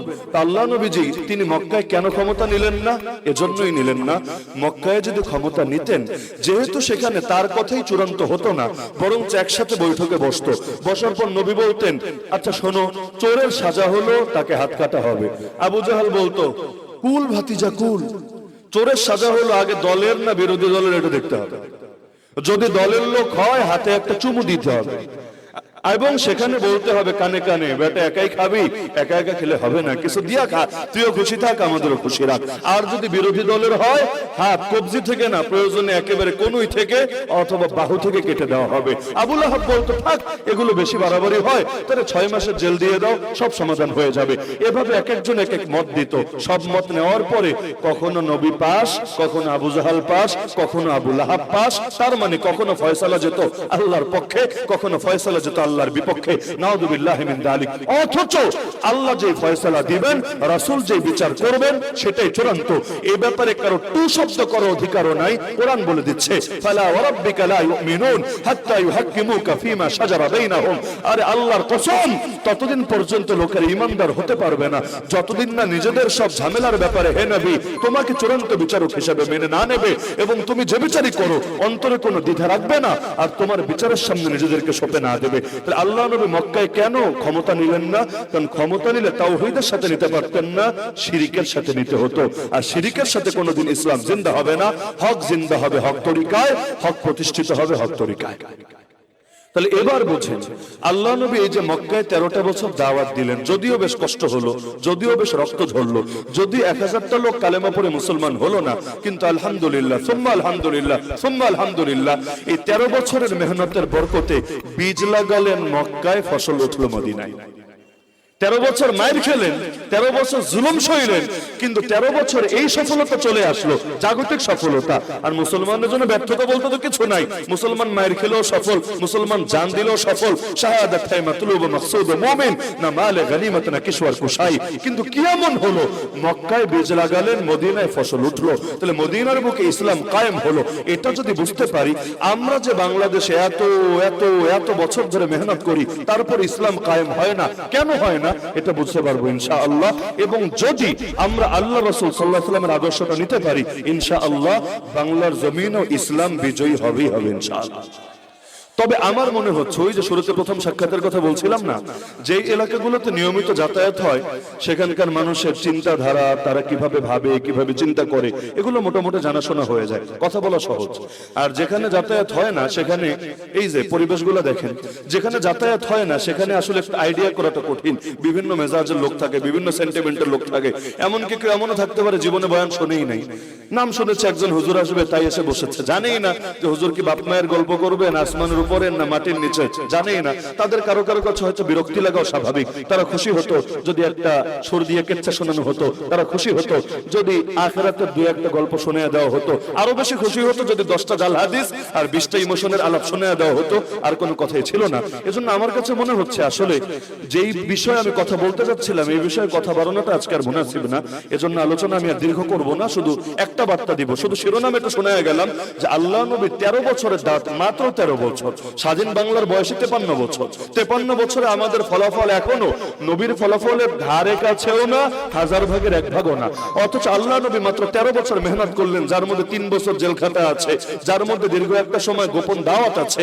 এরপরও আল্লাহ তাআলা ইসলামকে বিজয়ী করে দিলেন। তো নবীর মডেলের সাথে আমাদের মডেলের পার্থক্যটা কোথায় আছে, কোথায় কোথায় শূন্যতা আছে, এটা বোঝাও দরকার, রোগগুলো চিহ্নিত করে চিকিৎসাও করা দরকার। তবে ইনশাআল্লাহ আল্লাহ নবীকে আল্লাহ যেভাবে বিজয় দিয়েছেন, আমাদেরকে বিজয় দেবেন ইনশাআল্লাহ। তবে আজকের জন্য এই আলোচনাটা করা আমার কাছে আর মুনাসিব মনে হচ্ছে না, এজন্য মাফও চাই, দোয়াও চাই। তবে শেষ কথা আমি যেটা বলে যেতে চাচ্ছি সেটা হলো, দুনিয়ার বাতিলরা কখনোই হকের কথা বললে, হকের পথে চললে আপনাদেরকে ভালো বলবে না। এটা মাথায় গেঁথে রাখেন। যতদিন আল্লাহর দিন জিন্দা না হবে, যতই সুশীল স্বাস্থ্য চান, যতই প্রগতিশীল স্বাস্থ্য চান, যতই ভালো মানুষ এলিট স্বাস্থ্য চান, এই বাতিল কোনোদিন আপনার উপর খুশি হবে না। যদি হতো, আল্লাহ নবীর চাইতে উত্তম আখলাকের অধিকারী কেউ ছিল না। আজও পর্যন্ত আল্লাহ নবীকে গালি দেওয়া হয়, আজও পর্যন্ত আল্লাহ নবীর কার্টুন আঁকা হয়, আজও পর্যন্ত আল্লাহ নবীর সামনে ব্যঙ্গ বিদ্রুপ করা হয়। এই যে ফ্রান্সে নবীর কার্টুন আঁকা হয়েছিল শার্লি আব্দো পত্রিকায়, আজও পর্যন্ত ফ্রান্স সরকার ক্ষমা চেয়েছে, পারলে কোনো প্রমাণের দেখান। এই যে বিজেপি নেতা আল্লাহ নবীর সামনে বেয়াদবি করলো, প্রথমে গালি দিল, পরবর্তীতে এটার বিরুদ্ধে সরকার অ্যাকশন তো নিলই না, যার কারণে পরবর্তীতে ওদের এক পুরোহিত নবীর মূর্তি বানালো, মূর্তি, এবং প্রকাশ্যে লাইভ করে হুমকি দিল, হে মুসলমানরা দেখ তোদের নবীর মূর্তিকে কিভাবে পোড়াই, কিভাবে ভস্ম করি। এই যে বেয়াদবিগুলো হচ্ছে, কি কারণে? আল্লাহ নবীর চাইতে উত্তম আখলাক তো আর অর্জন করতে পারবেন না, আল্লাহ নবীর চাইতে ভালো শিক্ষা তো আর জাতিকে দিতে পারবেন না। সুতরাং মাথার মধ্যে এটা গেঁথে নেন, দুনিয়ার লোকে ভালো বললেও কিচ্ছু আসে যায় না, মন্দ বললেও কিচ্ছু আসে যায় না। আমার নবী তায়েফের ময়দানে যখন রক্তাক্ত, তখন আল্লাহকে বলছেন, ফেরেশতা যখন সহ্য করতে পারছে না, এসে অনুমতি চাচ্ছে, ইয়া রাসূলুল্লাহ খালি অনুমতি দেন, দুই পাশের পাহাড় চাপা দিয়ে সবগুলোর ভর্তা করে মেরে ফেলি। নবী বলেছিলেন, আল্লাহুম্মা ইন লাম ইয়াকুন বিকা গাদাবুন আলাইয়া ফালা উবালি গায়রা আন আফিয়াতাকা হি আওসাউলি। হে আল্লাহ, আমার উপর যদি আপনার রাগ না থাকে, আমার কোনো কিছুতে কোনো পরোয়া নাই, কে মারলো, কে ধরলো, কে বলি দিল, কে গালি দিল, কে ফুল দিল, কে পাথর ছুড়লো, কোনো কিছুতে কোনো পরোয়া নাই। আমার তো শুধু ভয়টাই, না জানি আপনি নারাজ হয়ে যান। আল্লাহ আপনি যদি নিরাপত্তা দেন, সেটাই আমার জন্য স্বাচ্ছন্দ্যদায়ক, কিন্তু আপনি যদি রাজি থাকেন, গোটা দুনিয়ার বিরুদ্ধে যেতে আমার কোনো আপত্তি নাই। তো মুসলমানের মানসিকতা এটাই হবে, ওয়ালা ইয়াখাফুনা লাওমাতা লাইম আলা আন নাকুল আল হক হাইতুমা কুননা লা নাখাফু ফিল্লাহি লাওমাতা লাইম। কোরআন সাক্ষী, হাদিস সাক্ষী, মুসলমান হকের কথা বলবেই বলবে, হকের পথে চলবেই চলবে। আরে বাংলাদেশে হিন্দুত্ববাদী যদি হিন্দুত্ববাদের কথা বলতে পারে, সেকুলার যদি সেকুলারিজমের কথা বলতে পারে, নাস্তিকবাদী যদি নাস্তিকবাদের কথা বলতে পারে, বামরা যদি বাম আদর্শের কথা বলতে পারে, অথচ ওরা বাতিল, ওরা গোমরা, ওরা হকের উপর নাই, ওরা অন্ধকারের মধ্যে আছে, তারপরে যদি ওরা গোপন না করে সব বলতে পারে, আমরা বলতে পারবো না কোন দুঃখে? কাদিয়ানি তো ওদের কথা গোপন রাখে না, হিজবুত তাওহীদ তো ওদের কথা গোপন রাখে না, কোরআনিস্ট ফিরকা যারা কোরআন মানে হাদিস মানে না, ওরা তো ওদের কথা গোপন রাখে না। আমরা আল্লাহর বান্দা হয়ে আল্লাহর জমিনে থেকে আল্লাহর হাতে হায়াত, আল্লাহর হাতে মওত, এই কথার বিশ্বাস রাখার পরও আমরা গোপন রাখবো কোন দুঃখে? সুতরাং এখন থেকে নিয়ত করেন, এটা যতদিন আল্লাহ বাঁচিয়ে রেখেছেন, এই হায়াত বিক্রি করে দিলাম আল্লাহর কাছে, একটা বিধানও গোপন করব না, সবগুলো কথা বলবো এবং যতটুকু সম্ভব সর্বোচ্চ পরিমাণ দ্বীনের উপর চলবো। এতে যদি গালি দেয়, আরে দেখ না, এতে যদি ষড়যন্ত্র করে, করুক না, দুনিয়ার কারো গালির ভয়, হামলার ভয়, মামলার ভয়, জেলের ভয়, জুলুমের ভয়, গুমের ভয়, আয়নাঘরের ভয়, ক্রসফায়ারের ভয়, ফাঁসির ভয়, আমরা আল্লাহর একটা বিধানও ছাড়তে পারবো না। লড়াই থাকবে, লড়াই থাকবে, সাবিলুনা সাবিলুনা সাবিলুনা সাবিলুনা। এমনকি হকের কথা বলার জন্য যদি আমাদের বাবার চোখ থেকে পানি ঝরা লাগে, আমাদের মৃত্যু সংবাদ শুনে ঝরবে। যদি আমাদের মায়ের কোল খালি হওয়ার প্রয়োজন হয়, খালি হবে। যদি আমাদের স্ত্রী বিধবা হওয়া লাগে, তাও বিধবা হবে। আমাদের সন্তানদের এতিম হওয়ার প্রয়োজন পড়ে, তাও এতিম হবে।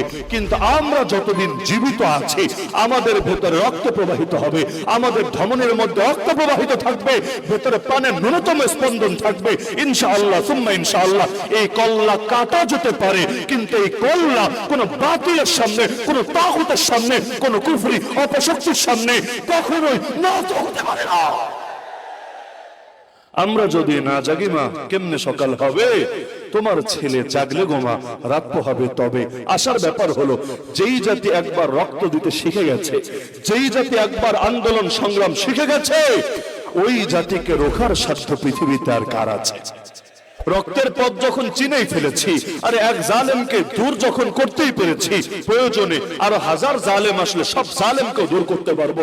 কিন্তু চূড়ান্ত বিজয় তো সেদিন আসবে যেদিন আল্লাহর জমিনে আল্লাহর দ্বীনের বিজয় হবে। চূড়ান্ত বিজয় তো সেদিন আসবে যেদিন ডক্টর আফিয়া সিদ্দিকারা মুক্ত হয়ে নিরাপদে পরিবারের কাছে ফিরে আসবে। চূড়ান্ত বিজয় তো সেদিন আসবে যেদিন মসজিদ আকসায় মুসলমান স্বাধীনভাবে গিয়ে ইবাদত করতে পারবে। চূড়ান্ত বিজয় তো সেদিন আসবে যেদিন বাবরি মসজিদের জায়গায় যে রাম মন্দির বানানো হয়েছে ওটাকে সরিয়ে আবারও বাবরি মসজিদকে পুনরায় আবাদ করা হবে। চূড়ান্ত বিজয় তো সেদিন আসবে যেদিন কাশ্মীর সংকটের সমাধান হবে। চূড়ান্ত বিজয় তো সেদিন আসবে যেদিন রোহিঙ্গা ভাই বোনেরা নিরাপদে আরাকানের জমিনে ফিরে যেতে পারবে। চূড়ান্ত বিজয় তো সেদিন আসবে মালিয়ার সোমালিয়ার কালো কালো মুসলমানদের উপর যে জুলুম হচ্ছে এই জুলুমের অবসান ঘটবে। চূড়ান্ত বিজয় তো সেদিন আসবে ইয়ামানের সিরিয়ার যে শিশুরা না খেয়ে কঙ্কালসার হয়ে মৃত্যুর কোলে ঢলে পড়ছে, আরে এই শিশুদের উপর থেকে জুলুমের অবসান ঘটবে। চূড়ান্ত বিজয় তো সেদিন আসবে আরে দুনিয়ার দেশে দেশে যে সমস্ত ওলামায়ে কেরাম হকের কথা বলার কারণে কারাগারে পড়ে আছেন বছরের পর বছর ধরে, তাদের প্রত্যেককে মুক্ত করে তাদের দোয়া নেওয়া যাবে, তাদের মুখে হাসি ফোটানো যাবে। চূড়ান্ত বিজয় তো সেদিন আসবে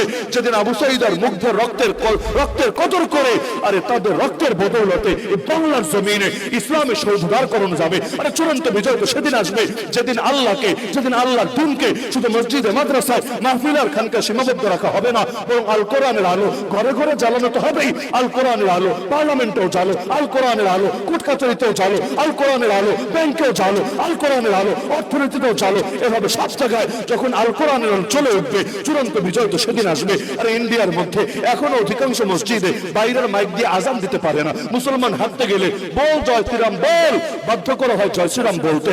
এক গরু রক্ষার নামে কত মুসলমানকে নির্মমভাবে পিটিয়ে হত্যা করা হয়েছে। 6 বছরের ছোট্ট মেয়ে আসিফা, তাকে পর্যন্ত গণধর্ষণ করে করে নির্মমভাবে মেরে ফেলেছে। এই সকল জুলুমের অবসান যতদিন না হবে, এই মাজলুমদের রক্তের বদলা যতদিন না হবে, ততদিন পর্যন্ত থেমে যাওয়ার সুযোগ নাই, দমে যাওয়ার সুযোগ নাই, বসে থাকার সুযোগ নাই। একটা মাত্র হায়াত, একটা মাত্র জান, এটা আল্লাহর পথে কোরবান করে এগিয়ে যেতে হবেই হবে, এগিয়ে যেতে হবেই হবে। আরে মরা লাগলে হাসি মুখে মৃত্যুর সুধাকে পান করব। আমাদের আলেমদের লাশ হয়ে বের হতে পারে কারাগার থেকে, আমরা কেন পারবো না তাদের মতো করে শাহাদাতের পথকে বেছে নিতে? যতদিন বেঁচে আছি পারবো না বাতিল শক্তির সাথে কোন ধরনের আপোষ করতে।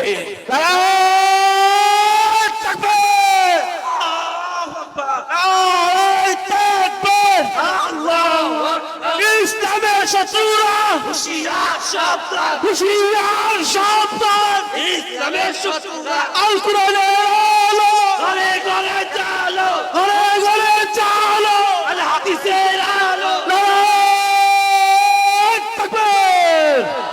সুতরাং আল্লাহর ওয়াস্তে কেউ নিষ্ক্রিয় বসে থাকবেন না। মুসলমানের নিষ্ক্রিয় থাকার সুযোগ কোথায়? প্রতিটা মুহূর্ত নিয়ে আল্লাহ আপনাকে পাকড়াও করবে। জীবন দিয়েছেন জেনে জীবনের প্রতিটা মুহূর্তের হিসাব নেবেন তিনি। সম্ভাবনা তো আল্লাহ দিয়েছেন। বাংলাদেশে এখন তারুণ্যের জয় জয়কার চলছে। সবচাইতে বেশি জনগোষ্ঠী এখন তরুণ, মানে মুরব্বীদের তুলনায় শিশুদের তুলনায় সংখ্যার বিবেচনা করলো 40% প্লাস বর্তমানে বাংলাদেশে তরুণীর সংখ্যা। এই যে ব্যাপক একটা শক্তি, এই শক্তিটাকে অবহেলা করা কিছুতে উচিত হবে না। আরে মাদকের পেছনে ছোটা এটা মুসলমান তরুণের পথ হতে পারে না।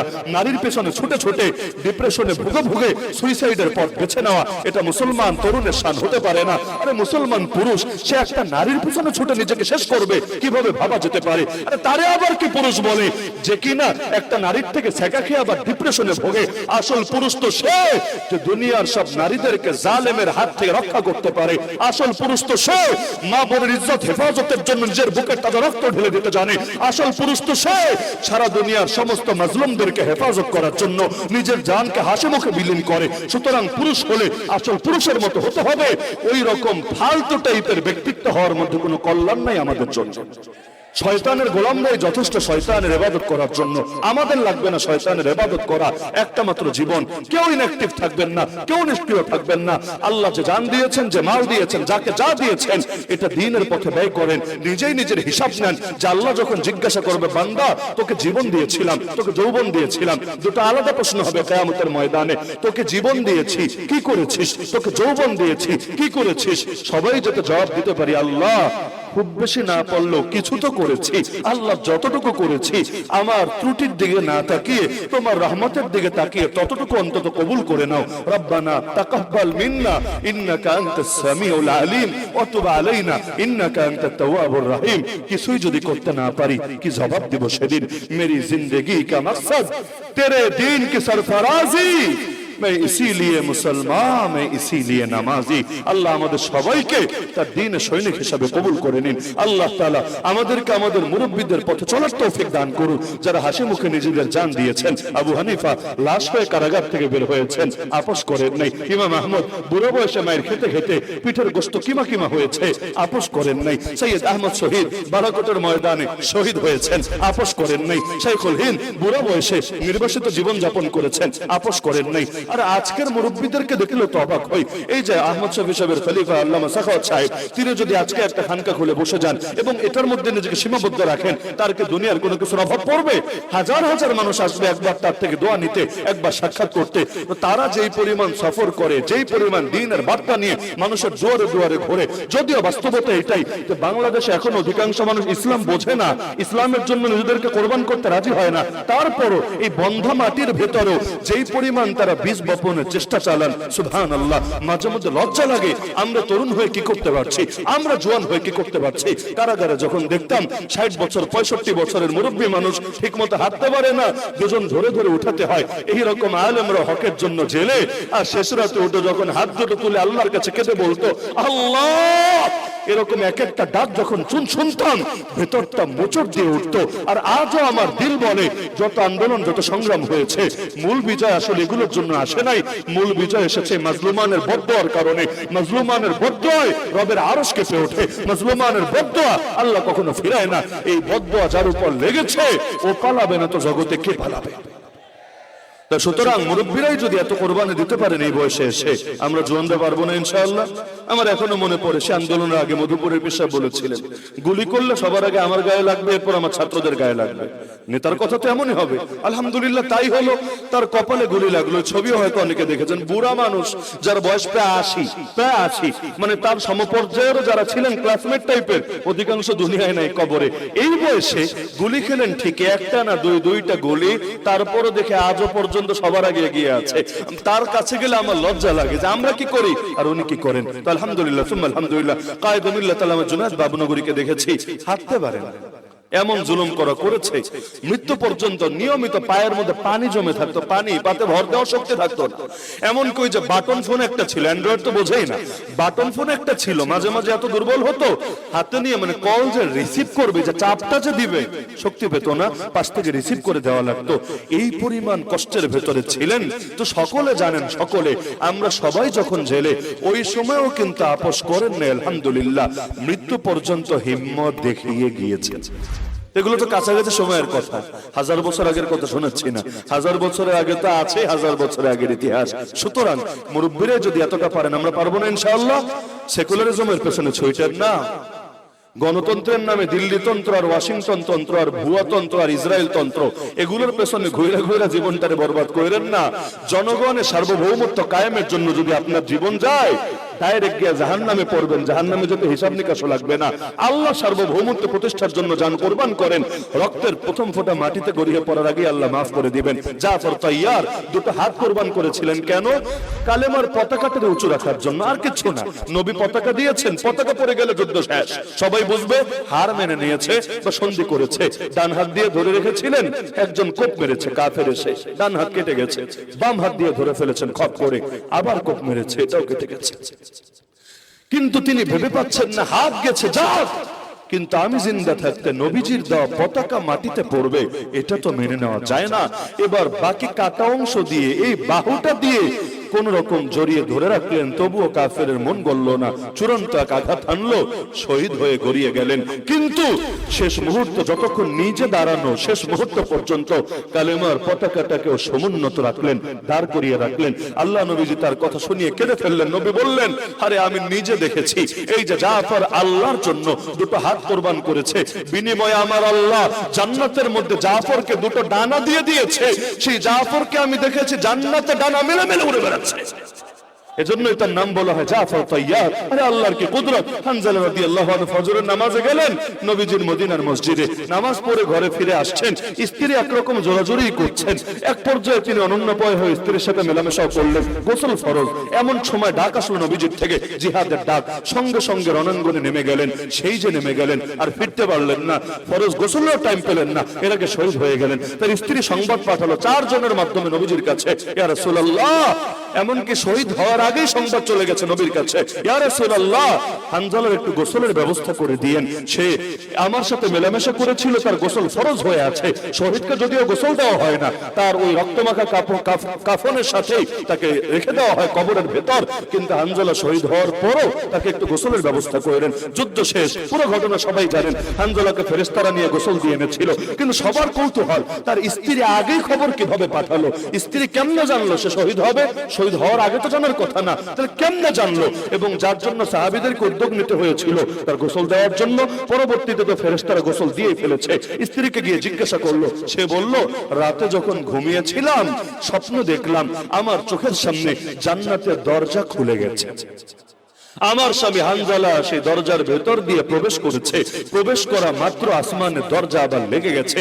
এটা দেখে আমার বুঝতে আর বাকি না, যেই যুদ্ধে হানজালা বের হবে সেখান থেকে আর ফিরতে পারবে না, বরং পাখি হয়ে উড়ে যাবে রবের জান্নাতে। এজন্য তার শাহাদাতের সংবাদ পাওয়ার আগেই আমি নিশ্চিত ছিলাম এবং তোমাদেরকেও জানিয়ে দিয়েছিলাম যাতে তার গোসলের ব্যবস্থা করা হয়, আর তাকেও বলে দিয়েছিলাম এটাই শেষ সাক্ষাৎ, আর হয়তো দেখা হবে না দুনিয়ায়। মুসলমান তো এমনই, এজন্য সেই সাহাবীর ঘটনা কে না জানে। তাকে জ্বলন্ত, আরে বিশাল এক ব্যাগ, এর ভেতরে তেল টকবক করে ফুটছে, তার চোখের সামনে তার 2 সাথীকে এখানে ফেলে শহীদ করা হয়েছে, তাকেও ফেলা হবে, তার সিরিয়াল। কিন্তু সেই ড্যাগের সামনে গিয়ে চোখ থেকে পানি গড়িয়ে পড়ছে। বাদশা অবাক, এতক্ষণ এত মারলাম, এত জুলুম করলাম, তোর চোখ থেকে পানি ঝরলো না, এত অফার দিলাম, তাও তুই খ্রিস্টান হলি না, আর এখন চোখের সামনে নিশ্চিত মৃত্যু দেখে তুই কাঁদছিস না? ঠিক আছে, কান্নাকাটি বাদ দে, এখনো খ্রিস্টান হয়ে যা, তোকে যে লোভ দিয়েছিলাম সব দিব তোকে, তুই তোর ধর্ম পাল্টা, তোর মতো সেনাপতি আমার দলে আসলে আমার বড় উপকার হবে। সেই সাহাবী গর্জে উঠলেন, আরে নরাধম, তুই কি ভেবেছিস আমি মৃত্যুর ভয়ে কাঁদি? আল্লাহর কসম, মুসলমান মৃত্যুর ভয়ে কাঁদে না রে জালেম। আমি তো জন্য কাঁদছি, মাত্র একটা জীবন আল্লাহর রাহে কোরবান করতে পারছি। কিয়ামতের দিন কোন পুঁজি নিয়ে দাঁড়াবো আল্লাহর সামনে? আমার গায়ে যেই পরিমাণ পশম আছে, এই পরিমাণ প্রাণ যদি থাকতো আর প্রতিটা প্রাণ আল্লাহর জন্য কোরবান করতে পারতাম, তাহলে না কিছু একটা নিয়ে কিয়ামতের দিন আল্লাহর সামনে দাঁড়াতে পারতাম। এখন কাছে এই ভয়ে, মাত্র একটা জীবন, আরে আল্লাহকে এটা দেখে আমাকে মাফ করবে? কারণ অতীতে যা করেছি, আল্লাহকে শুধুমাত্র একটা জীবন কোরবানের জন্য আমাকে মাফ করবে নাকি পাকড়াও করবে? আরে নারী পর্যন্ত হাজির কোলের বাচ্চা নিয়ে, ইয়া রাসূলুল্লাহ দুধের বাচ্চাটাই নিয়ে যান। আরে দুধের বাচ্চা নিয়ে কি হবে? ইয়া রাসূলুল্লাহ কি করব বলেন? প্রাপ্তবয়স্ক যারা ছিল আগেই পাঠিয়েছি, একজনও ফেরত আসে নাই, শহীদ হয়ে গিয়েছে। আজ আমি নারী, আমি তো আর পারবো না আপনাদের সাথে যেতে, চাইলেও আপনারা নেবেন না, কিন্তু দিল তো মানে না, মন তো মানে না। আপনারা জান্নাতে সওদা করবেন আর আমি ঘরে একাকে বসে থাকবো। এজন্য যা ছিল তাই আপনার খেদমতে এনে হাজির করে দিলাম। ইয়া রাসূলুল্লাহ, যদিও জানি এই বাচ্চা যুদ্ধ করতে পারবে না, কিন্তু তাকে আপনার কোন সাহাবীর কোলে দিয়ে রাখবেন। জালেম যখন আপনার বুকে তীর মারবে, বর্ষা মারবে, সেই সাহাবী আমার বাচ্চাটাকে ঢাল হিসাবে আপনার বুকের সামনে পেতে ধরবে। জালেমের তীর এসে, বর্ষা এসে আমার বাচ্চার কলিজাটাকে, বুকটাকে এফরফর করে দিয়ে যাবে, কিন্তু তার প্রাণের বিনিময় হলো ইয়া রাসূলুল্লাহ আপনার প্রাণ তো সুরক্ষিত থাকবে। কিয়ামতের দিন আল্লাহর সামনে গর্ব করে বলতে পারবো, হে আল্লাহ, আমি শহীদের মা, আমার সন্তানের জান কুরবান হয়েছে তোমার নবীর জাতে পাকের হেফাজতের জন্য। তো সুতরাং আল্লাহ, এই ওসিলায় তুমি আমাকে মাফ করো। তো যদি সাহাবীরা এতটা তরপাতে পারেন শাহাদাতের জন্য, খালিদ বিন ওয়ালিদ মরার সময় আফসোস করছেন, আমার কোলের উপর কত ভাই মাথা রেখে শহীদ হলো, আর আমাকে আজকে এমনি মরতে হচ্ছে। আল্লাহ, না জানি তুমি আমারে মাফ করবা কিনা, কেন আমি শহীদ হতে পারলাম না? মরার সময় আফসোস করছেন, কেন শাহাদাত নসিবে জুটলো না? তো তারাই যদি শাহাদাতের জন্য এত দেওয়ানা হয়ে থাকতে পারেন, আমরাও পারবো না ইনশাআল্লাহ? পারবো না ইনশাআল্লাহ? আল্লাহ তাআলা আমাদের সবাইকে জিন্দেগি ভরা দিন কায়েমের জন্য নিজেদেরকে উৎসর্গ করার তৌফিক দান করুন। একটা মাত্র জীবন তো, কয়দিন বাকি আছে জানি না, কেউ জানি না। যেই কয়দিন আছে আল্লাহ আমাদের সর্বস্ব তার দ্বীনের জন্য উৎসর্গ করার এবং কোরবান করার তৌফিক দান করুন। দোয়া চাই সবার কাছে আগামী রমজানের আগে। আর খুলনার মধ্যে দেখা সাক্ষাৎ হওয়ার সম্ভাবনা নাই, প্রতিদিনই সফর, বেশ দূর দূরান্ত সফর। তো সুতরাং যখনই দেখা হোক, দুনিয়াতে না হলেও জান্নাতে হবে তো ইনশাআল্লাহ। আল্লাহ যদি সবাইকে কবুল করেন, আপনাদের দোয়ার বদৌলতে আমার মতো পাপীকেও কবুল করেন, ইনশাআল্লাহ জান্নাতে মুলাকাত হবে।